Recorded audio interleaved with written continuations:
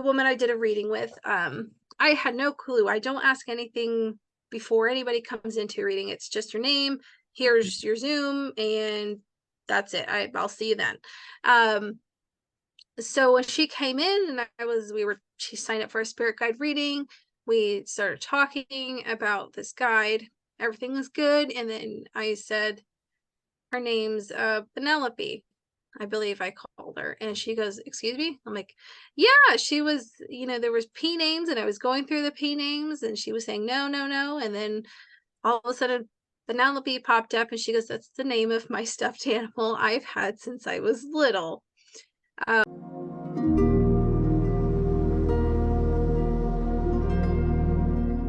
I'd like to welcome Michelle Pace to the show. Michelle, welcome to Conscious Conversations. I'm so happy to have you here today. I'm so happy to be here. I'm excited.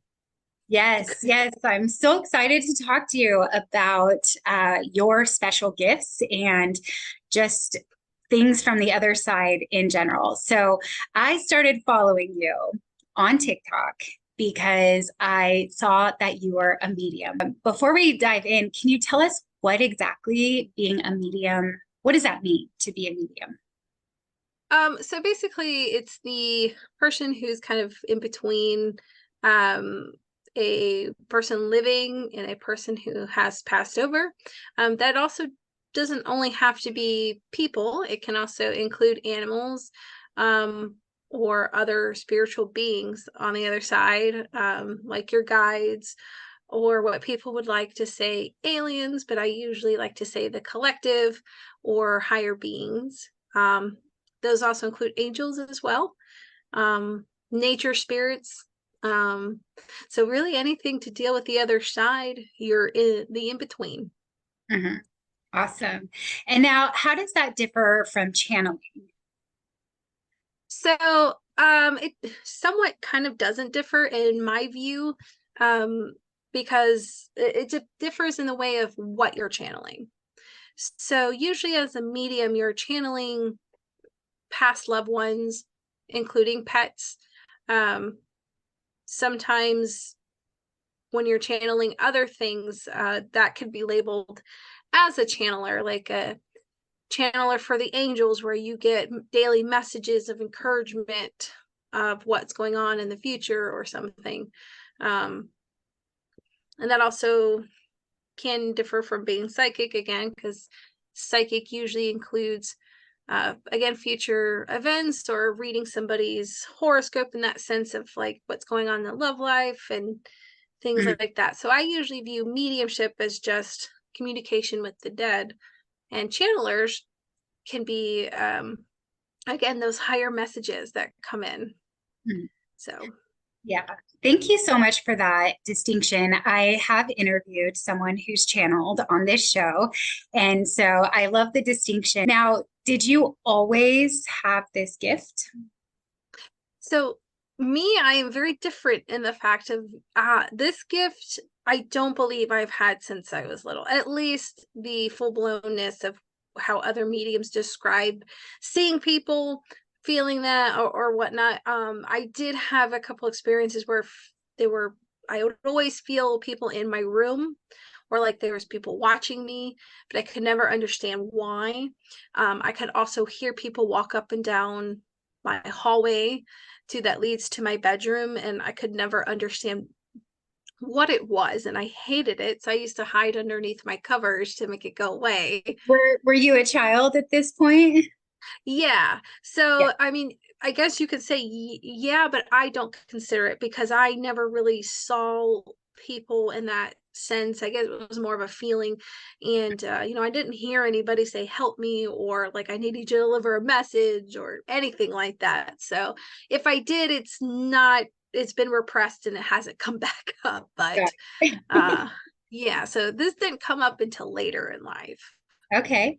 So what was life like before you really embraced your gift of mediumship? Well, I mean, I guess as normal as you can get. I went to high school and went to college, married, had kids. My husband went to the army.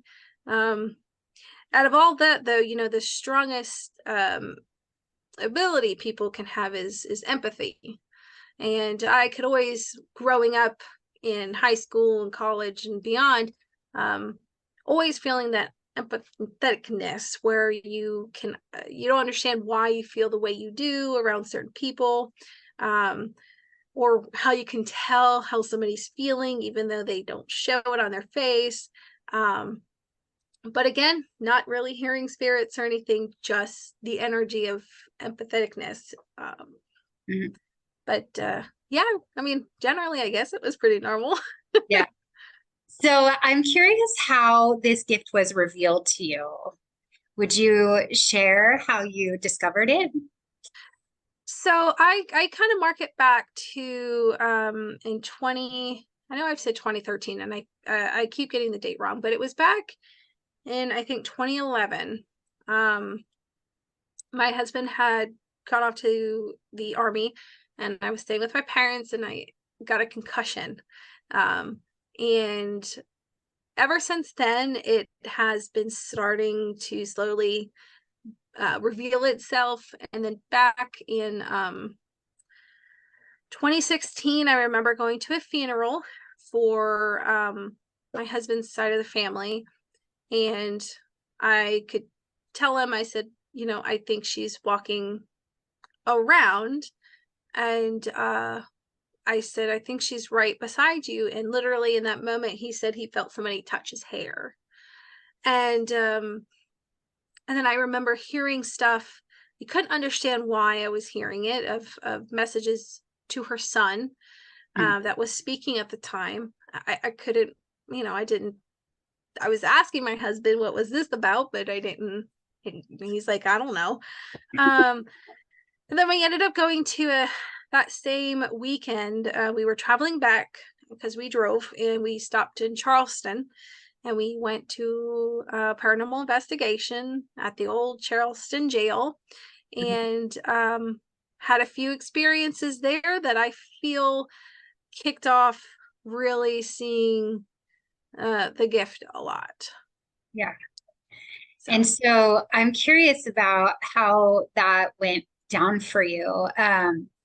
Was it scary? Was your family accepting? Like, can you describe? so, so, the Charleston Jail was, I've always been fascinated by paranormal, anything on the other side, mediumship. You always watch the shows and stuff, but um, we have always been into investigations, and it just happened to be, okay, let's do this. It's there. And what I call, people say spirit jumping, or you get jumped, is more as like where spirit blends with you enough to where you kind of start taking on their mannerisms, their thoughts, sometimes their actions. And that's what happened to me, is I had a spirit kind of jump me, or spirit blend with me. And then we kept in different locations in the jail. I could pinpoint out where things were, what they were saying, what they were feeling was really the strong emotion coming through in the jail. And my husband has always had experience with this as well. Um, and so at first, when this first started really kicking off, um, I really kept it quiet, just because people can be very judgmental about it and call you crazy right away. And so it took a few years, and going to one of my first mentors here in Central Florida, um, to learn that I wasn't crazy, and that I was a medium. And he mentored me for a few years before I finally accepted that, yeah, I am. Because I remember just walking past his shop and saying, holy cow, I can't go in this place. It feels full. And it was completely empty. And he goes, I know why you're feeling that way. Yeah. So, but yeah, so getting closer to like, what do you call it? To 20, I say like 2019 to 2020, when the COVID was really at its height. I I had a baby in 2019, and then when she turned a year, I think my guides were like, okay, you're ready to work. Because I had decided that I wasn't going to have any more kids. I was ready to move on. You know, she was my third. And let's say the floodgates opened to a whole lot more of it. Was like, I feel like they were just holding back, waiting for the right moment to completely just open. And in between those years, I was giving messages I didn't realize I was giving. The first one I actively remember is actually giving a reading to my mom from my grandmother and telling her things that I didn't know she had asked or Yeah. that she did. And they were a little weary about it first. But now my parents are like, oh, so what's going on? And oh, that's really cool that that happened. Are you guys going to go on an investigation and blah, blah, blah. So, Yeah. yeah, they're really good about it now. Yeah. Um, That's great so to hear. I've seen a lot of podcasts and a lot of channelers and psychics and mediums that, stayed in, they call it the spiritual closet for a while because yes. they didn't want to be called crazy or seen as weird. So I'm curious, when you mentioned like that the floodgates opened. So I know before we started recording, we had a little chit chat, and that you do mentorship and you do readings. Is it your spirit guides that talk to you, or is it spirits that are connected to the people you're working with? How does that work? So for me, when I come in, it's always different for everybody. But since I'm clairaudient, my strongest is clear hearing, so I can hear them very well, and that's what I've asked my guides to do. Um, I can tell the difference when I'm talking with my guide and when I'm talking with the spirit. But it's always she's showing. So my main guide is a woman, so she's showing me it's like a bridge where you have both guides who are helping to bring in this spirit, but I am talking with the spirit itself of the loved one that is connected with the sitter, but the guides are helping to kind of hold the bridge up, hold the connection up, so that way we can have a good reading between each other. So I'm really curious now because you mentioned the guides and the spirit. So my understanding is that we all have like a team of spirit guides, and are spirit guides and the spirits, are they different, or can a spirit be a spirit guide? I don't even know if my question makes sense. No, it makes sense, because that's Okay. definitely one I get asked a lot, because a lot of people want the reassurance of their loved ones looking after them, and that's completely okay. And so spirit guides, from what I have experienced, have been people in your past lives that agreed to do this with you here while you're on earth.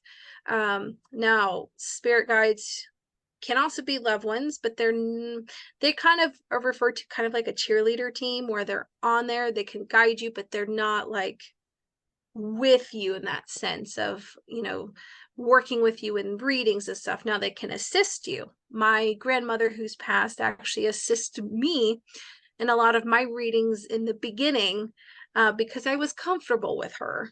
Because you have guides, you don't know who they are, and you get a Right. little nervous working with them. So they will most likely bring somebody to work with you and get comfortable with. And now she kind of just sits there, and when I need her, need a little extra positivity or empowerment, she comes in and helps me with that, and then she goes on her way. And then there's past loved ones who just kind of do their thing on the other side, and they'll guide you, but it's, there's all like different levels, I guess, in what I've experienced with guides. Very cool. Some can be hands-on, some can be hands-off. Yes, very much. Yes. Awesome. Uh, so I'm sure you get asked this a lot. I see a lot of stuff out there of, that teaches people how to connect with their spirit guides. Before we go into that, is it true that we all can connect to our spirit guides? Yeah. Mm-hmm. But that's a belief system on people. So in my belief, in my experience, I have not yet met one person who didn't have a guide. Mhm. And not even just one guide. They have, again, like you said, a team of people who are there helping you, and they all do very different things. Yeah, I'm so curious. But before I ask more questions, I just want to highlight that, like that just when you said that we all do, we all have guides, and it's really based on your belief system. But I know I just felt held for a minute, like, oh, that's so cool. Like I have a team around me. So I mean, it's hard to hear some other mediums be like, "Oh, spirit guides don't exist," and I'm like, I have not met one person who doesn't have a spirit guide, Mhm. and they all do very different things. I have people, spirit guides that have come in that just been a mother guide because that person needs that type of guide energy for Mhm. their life of what they're doing. Some come in for writing. They're just their writing guide, and they help them with, making novels or journals. um, I know that the channelers will have a specific guide for channelers, for channeling their messages. um, like, you most likely have a guide for this podcast to help you with your confidence of being able to get on and talk with people, Mhm. and that's somebody that you probably even internally talk to and don't even realize it. Yeah. I'm curious about that. I'd love for you to say more about that. I do have conversations with myself, but like I ask out loud, and I'm asking, I believe in angels and the Holy Spirit and God, and Mhm. I'm not religious. And so I talk to Jesus, I talk to the Holy Spirit, and I ask, who should I interview? Who should I reach out to? And so And I'd love to hear more about that. Is that typically a sign that we are actually communicating with our guides when mhm. we're having those conversations with ourselves?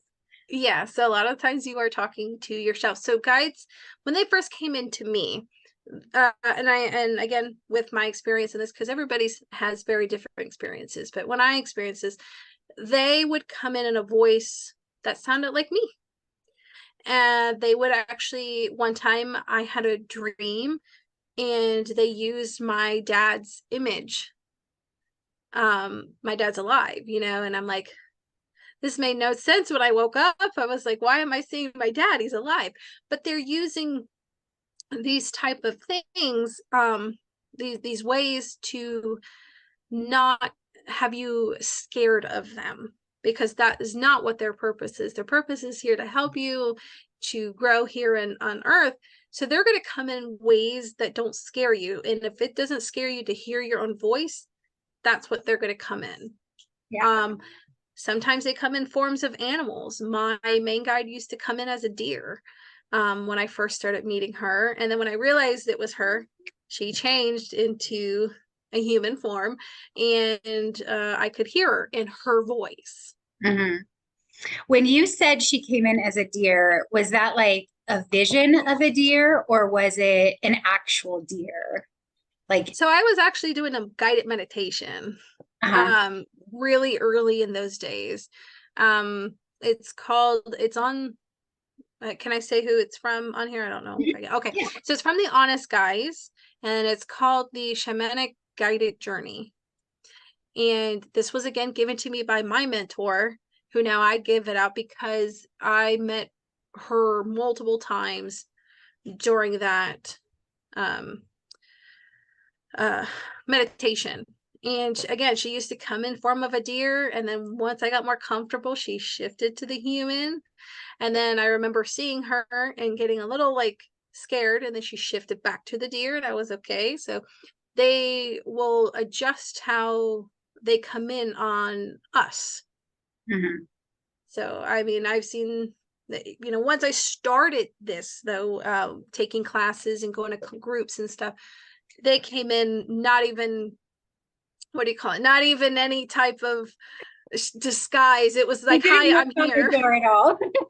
Yes, no disguise. I do have one guide that does come in a human disguise before me, because the uh just because it makes me more comfortable Mhm. that way. But other of them, all of them come in just in their human forms. So yeah. I love that. Like they care. They care about our experience. So they're not going to do Yeah.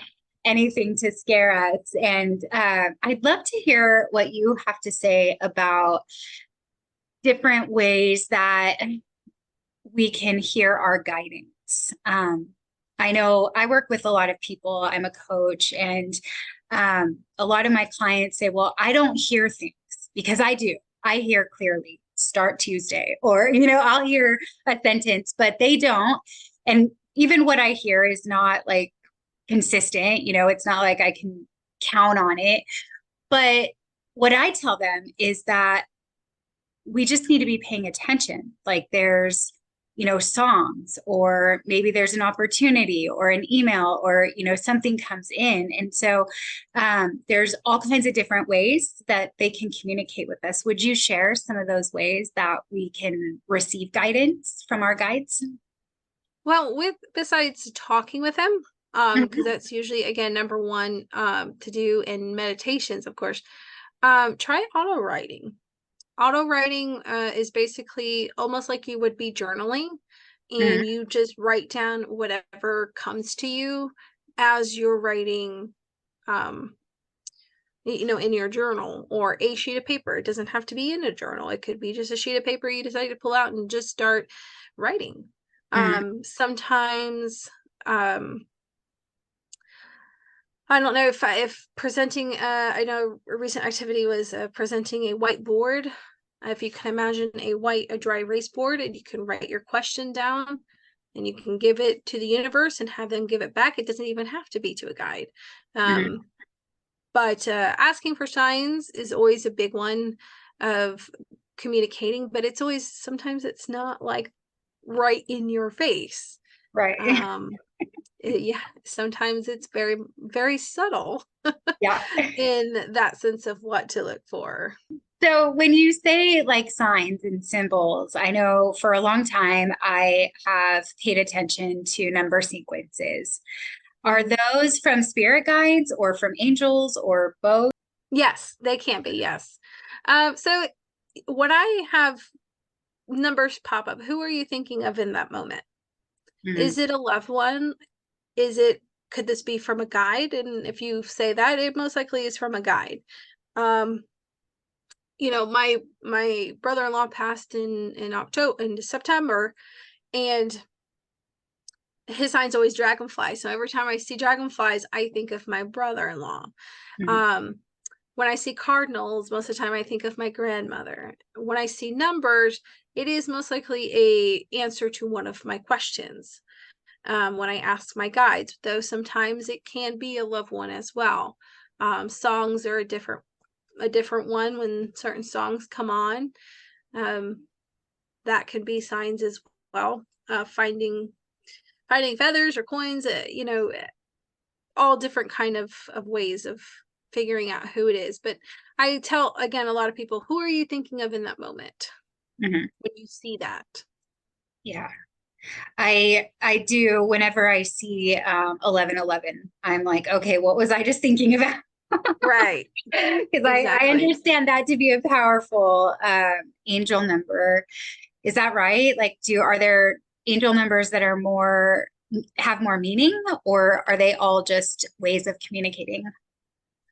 So I guess it could be a little bit of both. I know that 444 is a strong angel number for a lot of people. Mhm. 111 is also another one, or 333.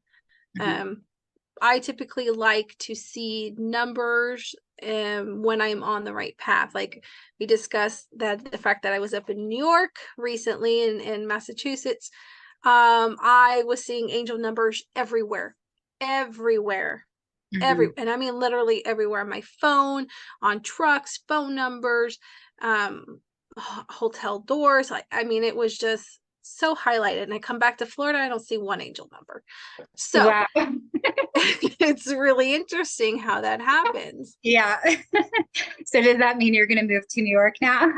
No, no, no, no, no, no. But I think it means that for sure, because I was just questioning if this was the right thing to do and if I'm on the right path that in that time. And I felt like it was a heavy yes, you were. Yeah. I was all good with that. Yeah. So Yeah. Awesome.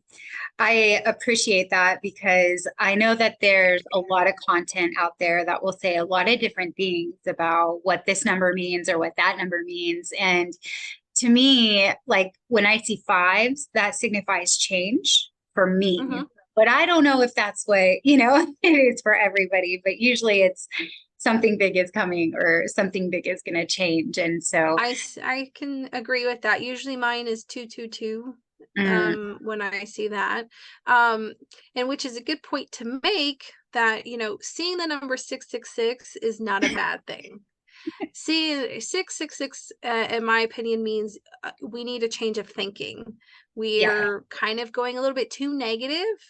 Mm, Though, honestly, recently I got, and it would be funny because it would be from my brother-in-law because he was very not just, he was this way. He would that my husband got a reminder on his phone that it was his birthday, and he sent it to me at 6 o'clock. He received it at 6 o'clock, and the percentage on his phone was 66.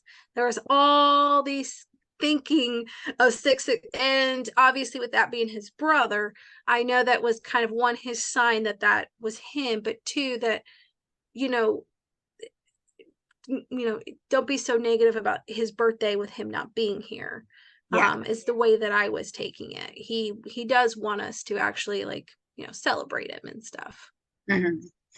So Yeah. I love how you just described that because I used to, I grew up Catholic and I would get scared when I saw 666.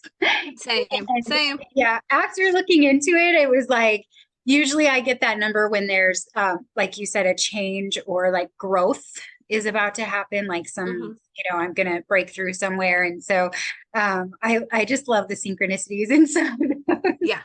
stories Hmm. around that. Now, I want to switch gears a little bit here because there was a series of TikToks that you did that were really interesting about. I think it had to do a little bit with the animals, but it was like stuffed animals as well. Oh, yes. So like things can spirits attach to things, like can I go to an antique store and pick something up and like actually have energy on it when I get home? So I sometimes have trouble in the antique stores for that reason. Not everything has energy attached to it. Um, a lot of the times it's residual energy people are picking up from that, from the owner or previous people who have handled it. Um, yeah, you can pick up something that may have decided to stick with it, in my experience. And sometimes it's easy to get rid of, just cleanse it off, and with smoke, incense like frankincense and myrrh is a really good one to help clean off a lot of things. Or my friend actually recommended to use this. I can't really see it, unfortunately, but it's called Florida water, which is another good thing to help clear off stuff. Mhm, There are times where you do need a little bit more help of my level to do that. mhm. But I don't find a lot, like a lot of it's residual energy from previous owners and events. Yeah, So got it. And then the stuffed animals. So I'm really curious about that. Would you talk about that a little bit?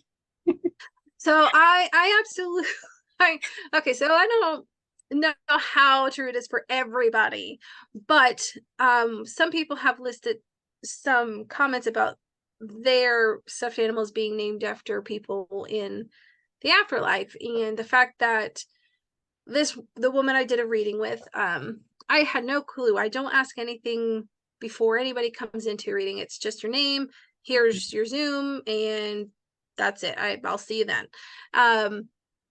So when she came in and she signed up for a spirit guide reading, we started talking about this guide. Everything was good. And then I said, her name's Penelope, I believe I called her. And she goes, excuse me? I'm like, yeah, she was, there was P names and I was going through the P names and she was saying, no, no, no. And then all of a sudden, Penelope popped up and she goes, that's the name of my stuffed animal I've had since I was little. I couldn't believe that. I was like, holy cow. So I've found this also in animals that we have, that sometimes we actually will name them after our spirit guides and don't even know it. Mhm. One recently, and I think I posted it, it was, she had a guy named Max come in, and he was a boxer in his previous life. And she had recently got a dog named him Max, and he was part boxer. And I said, you can't make this up. Like, the dog was nowhere near in the camera. I had no clue she had a dog. I don't ask that unless, it comes up for me first. I was blown away. And there was a recent one, within the last few weeks, that another dog had come up, and I can't remember the specifics about that. And again, I just got a dog, and it's the same name, and some of the breed was matching with the best life. And I said, yeah, well, here you go. That's kind of manifesting here on Earth too. That's so cool. I love that. Yeah, it's so fascinating to me. Now, I've always been someone, well, not always, I would say the past maybe 15 years where, well, my whole life there's been things, synchronicities, weird coincidence, things like that's happened for me. But a lot more since I've become more open, because I used to be very, very afraid of anything that wasn't in this physical world. Like, my teachings as a child were that it was like evil. So do you have any like tips or words of encouragement for people who might be experiencing some of this stuff, but they might be too afraid to actually let go and hear or follow their guide's direction? Ooh, yeah. Try not to listen to other people. That is probably a big thing.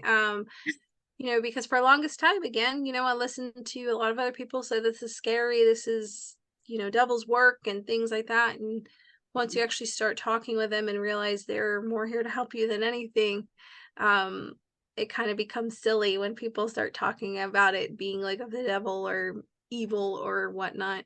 Mhm. So, having people around you like-minded will help as well.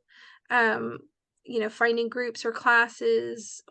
Um, I found a lot of them online that I was able to speak and talk to, and again, um, understand that the energy I was getting was not that same energy that was scary. So we typically go like in a fight or flight mode when we get any energy we don't understand. So a lot of that flight mode is because it's unusual energy we're not used to sensing. Mhm. So then of course we don't understand it, we become scared, we run away, we don't come back. So once we actually go in and understand that energy actually is just, our guide's energy, that is just higher and different than ours. Loved ones, same thing, different energy. Once we understand the right frequency of what we're feeling, it becomes less scary and less like, oh, like, okay, I recognize this type of energy. You're just a guide, or you're just a spirit, and then it becomes less scary. And people, you start looking at people, and unfortunately, you're like, it's not scary. It's just different. That So, sounds like the journey to feeling my feelings. They're not scary. They're no, they're they're just not. different. They're just different. It's just a different feel. Yeah. So, Yeah. So, how do people find you? If I know you mentioned that you do mentorships, one-on-one and one-on-one readings. If someone's curious about exploring, their gifts, or if they just are interested in who wants to come through when they talk to you, how would they find you? well, first of all, my website is michellepacemedium.com. I am currently going under renovations with my site, making it a little bit easier to navigate, because people have said there's a little bit, navigation issues. And I'm like, okay, that's understandable. We'll fix it, get it done. Luckily, I have a techie husband that does that. So he's been helping me.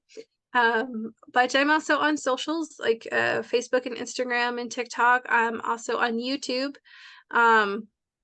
It's not much there right now, but that will be a lot of where my paranormal investigations will be going. But yeah, so those are the socials. Though the quickest and easiest way to get in touch with me is by email through my website. I check my emails more than I check a lot of my other things. So. And we'll include those in the description of this video too, so that people can get a hold of you easily. I know I'm intrigued, and so I'm sure a lot of listeners are intrigued too. But I wanted to ask you, so what is paranormal investigation? So paranormal is just anything that's not normal. So any natural phenomenon that you don't consider normal, which would be noises or bangs or smells even that are not normal. But my mediumship with the investigations run more like, let's debunk this first before we automatically straight go to that it's supernatural, because a lot of things in this world can cause a lot of abnormal things that we thought when we think that are supernatural.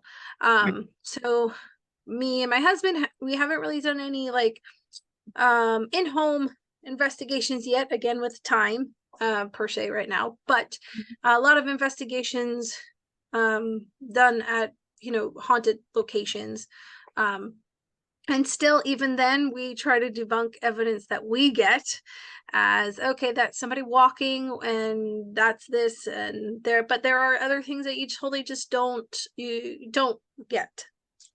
And like I said, we recently went up to New York and Salem, and at one of the places, the hotel in New York, we're still combing through evidence, but we were able to get a couple of things that are starting to be considered as evidence. And some of those things are mostly EVPs, which is the voice phenomenon, where you basically will hear a voice after the recording when you're listening to it. So like in the shows, yep.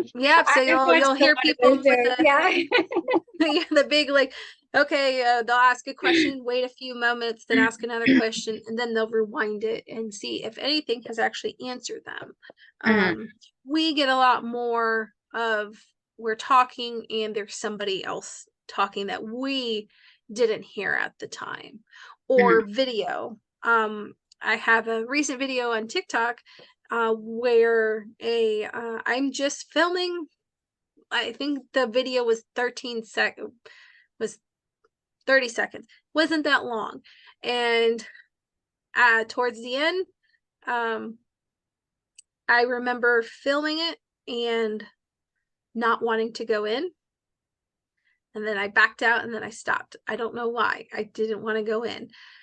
And I went to listen to it just to see what I had caught or watched or whatever. And I actually had somebody which sounded like they were singing in the background. And that is something I did not hear or anybody else at the time heard. Got it. Wow. Now you didn't want to go in. Were you scared? Was it like a darker energy? So that's where the energy fields will kind of come in, where your clairsentient feelings. And it was very dark, very pitch black, and in one section of this place we weren't allowed to go into because they were doing construction on it. So that was one of the reasons, but the other reasons why it felt off. I was like, okay, I can handle a lot. I don't mind. There's not a lot of things that I'm scared of. But I don't like to be in pitch black. It's just one of Yeah, those things that I just I've don't like. always been afraid of the dark, even now. Um, so I'm So, curious, when you were mentioning that EVP, and earlier you had said that you were clairaudient. So mhm. is the clairaudience, does that come from like a different entity than an entity or a spirit that might be inhabiting a space? Is that So if that machine helps you hear it, or like yeah, I really curious about that. Okay. yeah. So they basically are collecting the frequencies, I guess, are a little bit easier to capture with the EVPs than Mhm. hearing it um, just with our own self. So clairaudient can be described in two different things, where you are subjectively hearing it, which means you're hearing it in your head, like you would be talking to yourself. Objectively is when you're hearing it actually auditory, which is usually a lot more rare, because it takes so much energy for a spirit to actually put forth that energy. It doesn't happen too often, but that's where you get people saying, well, I actually heard my name. When I used to be first opening up, that I would hear my name or hear people talking. And when you're having an EVP, it's just catching the voices around in a very similar fashion. That way they're gathering up energy to be able to do something, whether it is by voice or touching or moving something, or Mhm. even creating a smell. That's why when you have a lot of people on the shows that you see saying, well, my battery just drained, well, that's what they have as an energy source, is a battery. Yeah, that makes so much sense. Now I'm curious, and I know this might open a huge can of worms, but I know there's different belief systems about this topic, but I'm curious if, so when I was growing up, I was really afraid of anything evil, and I really believed that there was good and there was evil. And as I've gone through my spiritual journey and have gotten to where I am today, I can see now that it's more all light. And if it's not, it's just the light needs to be shown on it. What are your thoughts or experiences, being you have this gift, about light and dark? Um, so my experiences can run pretty dark. I don't usually talk about them. Uh, it's more or less, I see some people, um, you know, having emotions that they need to help with. Sometimes you can see them as soul fractures, where energy or certain emotions will stay behind while the soul moves on. And so it's really just moving that energy from a place to the next. Um, you can run into things, because I always say you can't put a limit on spirit, so you can't say something exists. We've never, any of us have really never been over there. So I always say it's a possibility that there are things that we don't understand that may exist. It just may not be our experience with them. We may not be meant to experience things like that, depending on where our life path is going. Mhm. Um, my experience is, yes, I'm supposed to deal with them, but I'm also supposed to deal with light as well. Um, so for me, yes, they can exist, but it's also knowing that you have the power over anything,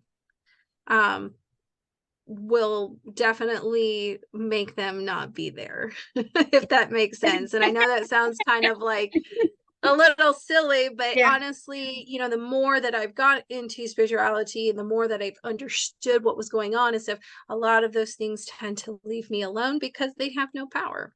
Mhm. Yeah. I love that you said that we have the power, because my understanding of all of this, the truths of the universe, is that we are spirits. We're Mhm. just having a human experience right now. And Correct. so whatever is, on the other side that we might be afraid of, or something we can't see, it's just because we're in these dense bodies. And like you said, we can't Mhm. really understand it all the way. So thank you so much for that. Yeah. I have a couple of questions. I know we've been talking for a bit, and I have some questions that I ask all my guests. So I want to ask those now, just to make sure we cover everything. Is there anything else on mediumship, spirit guides, anything else you want to say? That's fun. Honestly, I mean, it's hard work. A lot of people I feel come in and be like, "Oh, this is going to be so easy and what not." Well, our guides will constantly challenge us. Um, but it's also very fun. Being able to talk with the other side as well as give the messages, um, as well as just doing investigations. Because I didn't mention, but I also do police cases as well. So those are very much another side to mediumship that's also fun because in the aspect, yes, it's not fun that somebody has passed in the manner that they did, but the puzzling and figuring out and talking with spirit and trying to help them um, is very fun and rewarding as well. Yeah. So, yeah. Is it like the show Medium with Patricia Arquette, I think? I wish it was that easy. I wish, but Yeah. no, it's not. So a lot of these, when you get a lot of these police cases, at least, um, they're very difficult to solve as trying to get a location on where somebody is. Sometimes the spirit may have not have seen the person's face, or it happened so long ago that everybody's passed already. And I know the cases I've been working on, it's just been really locating a body. That's where that is. And we're currently working on getting there to hopefully be able to explore and see if because I work with a group of people, other mediums, Mhm. and we're hoping to get up there next month to recover somebody. So cross fingers. I just want to say I love that.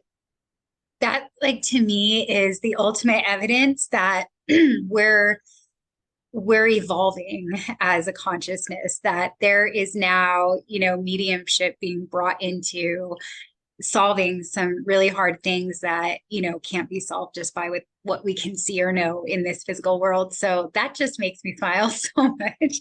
Thank you so much for sharing that.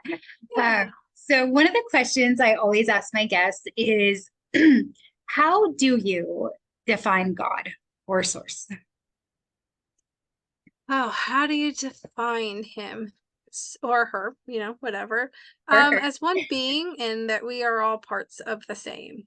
Um, so that's how I typically will view God or the source of all. Um, that we're just all a big portion of this higher self, and we're all coming out to learn different things down here. So that's, I guess that's it. In that Awesome. sense. Thank you. My next question for you is, what would you say the purpose of life is? I know these are hard To questions. experience. Honestly, to experience. I know that often my guides have told me to tell people that we rush too much. going from place to place or having so many events going on. And sometimes the greatest thing of life is just to experience life and not having to rush, or like, who has the most money or the most clothes or the stylish clothes, or who has the biggest job. um it's really to experience life with each other, and those moments of, they're showing me, like, when you have kids, of, experience their first bike ride or their first boo boo, as they want to call it, to experience, what the loss of life, and to appreciate it. I know I've had a recent live TikTok where I had a guy come in, and he was a prime example of that question. He was a businessman in Chicago, and he was very greedy after money, and didn't care a whole lot about other people. And I got the feeling of, nobody went to his funeral. And the sitter told me one person went to his funeral. And he came through with the message of, he did not appreciate life, and that he regretted not experiencing the relationships with each other, and caring all about money and gaining money, and where he should have been focused more on the relationships with each other and the experiences of life. And I think that was one of the biggest lessons that I've learned recently about just experiencing life, you know. Yeah. I love how you mentioned relationships too. It's been probably the past, I don't know how long, but very, very strong. And I tell my kids this, like, our hearts come first. Like, who cares if something gets knocked over or spilled or you don't have that toy? Like, our hearts come first because it's really about being here with each other right now. So I loved how you described that. All right. My final question is, if you could take one piece of wisdom that you have now and offer it to a younger version of yourself, any younger version, what would that piece of wisdom be? To believe in, I know it sounds cheesy again, but to believe in yourself.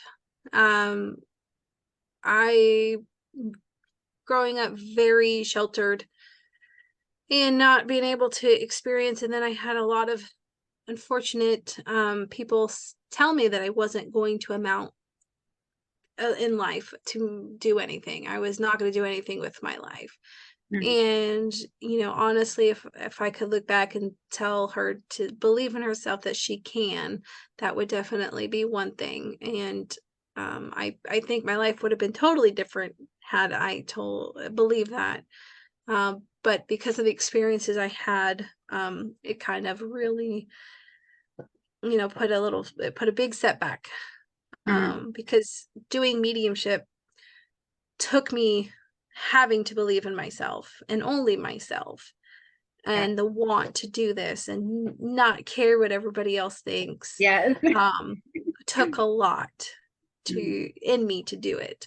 um and sometimes I look back of, why couldn't this be sooner? And they always tell me, my guys always tell me, like, it happened when it was supposed to happen. Right. And that's all the answer they usually give for me. So um yeah, so yeah, that would be it. I love that. Thank you so much. I feel like my little girl could use that too, just to believe in herself when she was younger.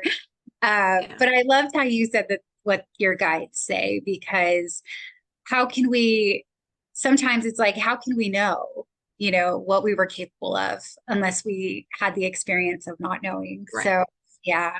So I love that. Well, Michelle, this has been so much fun. And I just want to say thank you so much for sharing who you are and sharing your messages and sharing your heart with the world and doing what you're doing with mentorship and one-on-ones and the police work that you're doing. Just thank you so much for making this world a better place. Oh, well, thank you for having me and discussing what it is to be medium. So, and hopefully that this does encourage others to do this. At least I always tell people that come to me for readings or spirit guide readings or one-on-ones that they're scared to do this. Do I know if it's the right time? And I said, you're here, which means it is the right time. If you're starting to even think about it, it's the right time. Yeah. I love that. If you're even just thinking about it, it's the right time. And maybe there's some people who don't want that, but want to expand and hear what their loved ones might have to say as well. So if that's something you're thinking of, it could be time to reach out to Michelle and get a reading. Right. That is true. All right. Well, thank you again so much. It's been such a pleasure. Thank you. I would like to personally thank you for tuning in to this episode. If you haven't already, please be sure to like this episode, subscribe to my channel, and turn on notifications so that you never miss a beat. And if you really resonated with this content, please share it with all of your friends so that collectively we can expand our consciousness. Have a very blessed week.